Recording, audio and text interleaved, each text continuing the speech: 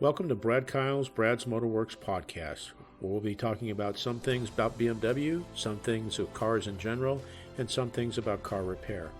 I hope you find it educational, enlightening, and I hope it increases your understanding of your car. And maybe along the way we'll have some fun too. Thank you for listening, and here we go. Episode number 67, BMW Sport, M Sport, M Cars, and ZHP.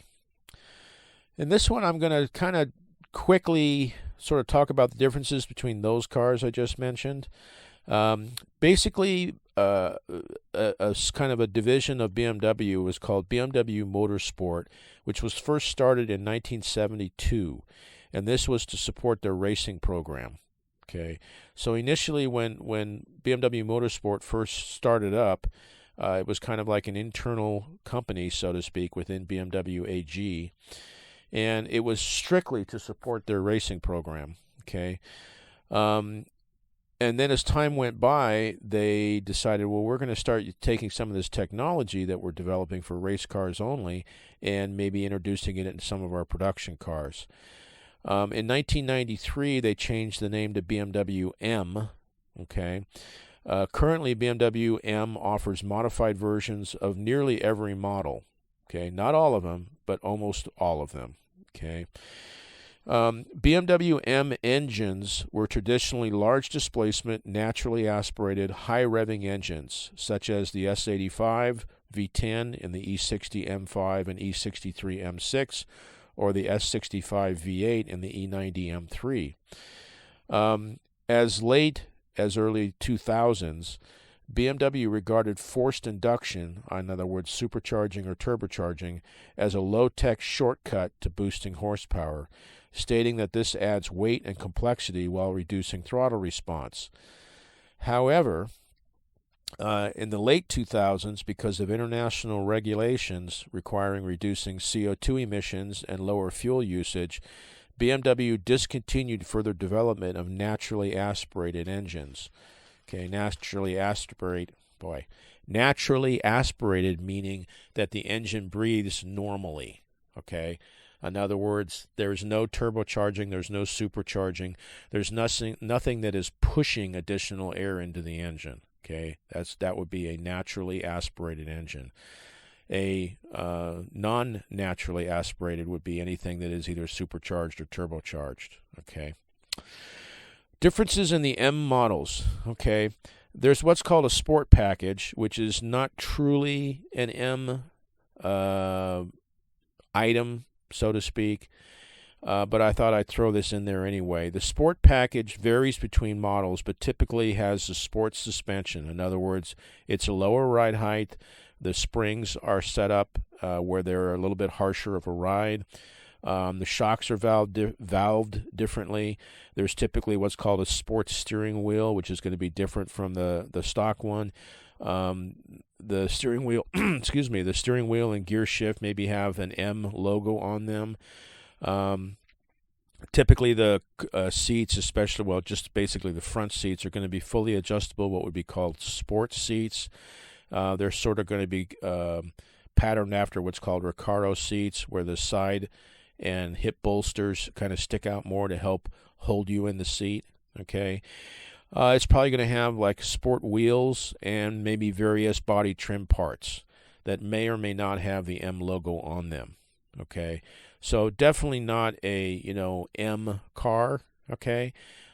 Personally, myself, I have a 2002 530i that has what I just said. It has a sports suspension.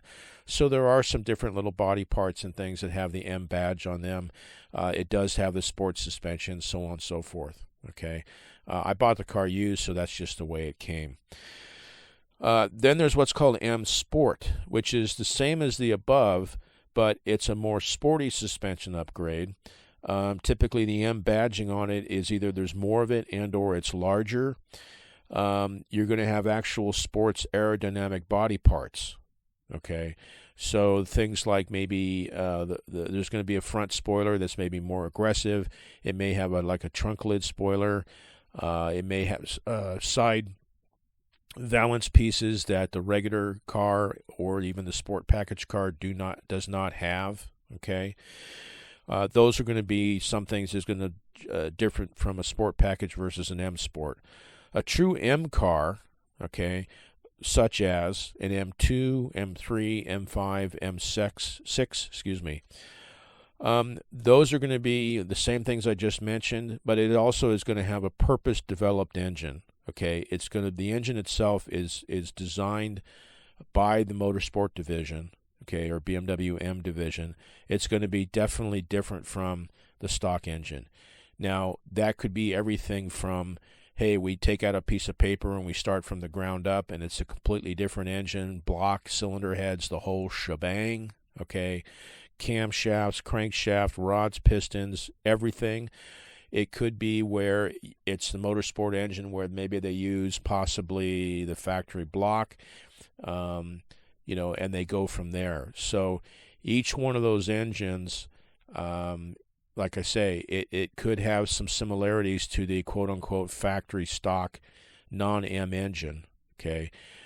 Part of what manufacturing BMW, certainly and other manufacturers, if they feel they can use some common parts between the stock engine versus an M engine, they're going to do that, okay?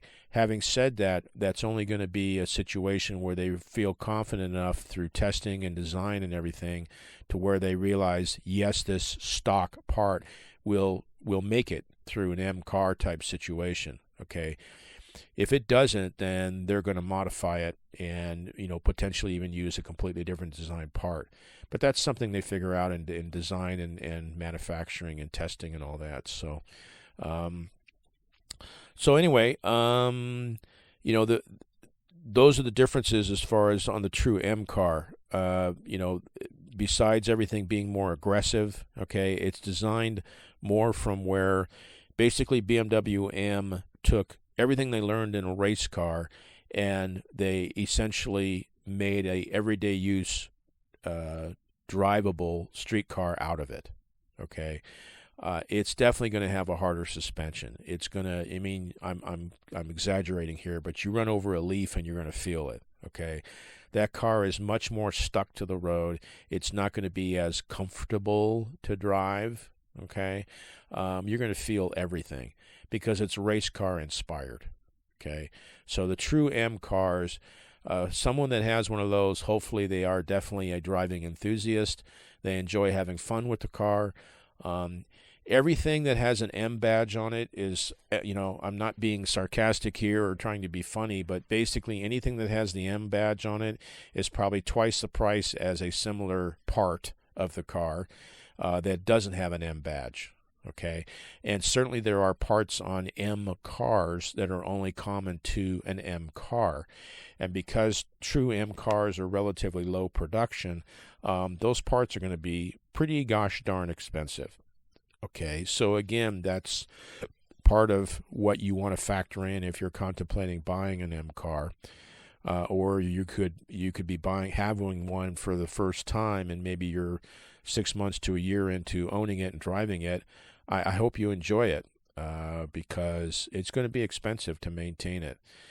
There are definitely things on a true M car that, for instance, the E46 M3. That engine is, I enjoy working on them. I enjoy doing services to them and stuff, but it's very labor intensive. The valves have to be adjusted. There's these little hockey puck shims that have to be put in, and you better put on your patient's hat to do that work. Okay, it takes 6 or 7 hours to do a valve adjustment, depending upon how many valves you actually have to adjust with these different thickness shims. So, they're more of a special use type of a car, okay? Then the last thing is ZHP. That's kind of the pinnacle. They literally take a race car and they make it into a street legal car for everyday use, okay? When I say everyday, I don't mean it's an everyday car. The ZHP versions of the cars are rare. They are definitely special use. They are set up to where you could drive to a racetrack and take it on the track, okay? Short of it having a internal roll cage and carbon fiber or super ceramic type brakes or something like that, that car is ready to go onto the racetrack. Okay, they're very rare, and a lot of the parts on that car are just that much more expensive. I've only worked on a couple of ZHP cars that were true ZHP cars in my career. Okay, I haven't seen that many of them. That may just be because of where I live and the type of customers I have that come in. So, that's basically the run on those cars. I just wanted I had one of my customers kind of gave me an idea of, hey, I'd like to hear a podcast about the difference on the M cars. So there we are, and I hope this has been enlightening. And again, I just kind of really covered the basis. I wasn't trying to go really in depth. Certainly there's a lot of information out there if you want to really go more in depth with your own particular car. That information's out there. You can find it. I just wanted to kind of cover the basics. So I hope you found this enlightening. I appreciate your time listening. As usual, if you want to get a hold of me via email, it's bkpodcasts5@gmail.com. I'm also on LinkedIn. And if you want to check out, I certainly do have a repair shop in Southern California. You can check it out at Brad's Motorworks is the name of my shop. And, check out and see what's going on there. Appreciate your time. Thank you for listening. I hope you have a great day and a fantastic tomorrow. Thank you. Thank you for listening to this episode. It's been an honor and a privilege to spend time with you. I hope you found this of value. Please share it with family and friends. Above all else, with all you're getting, get understanding. May God bless you and keep you, and thank you again.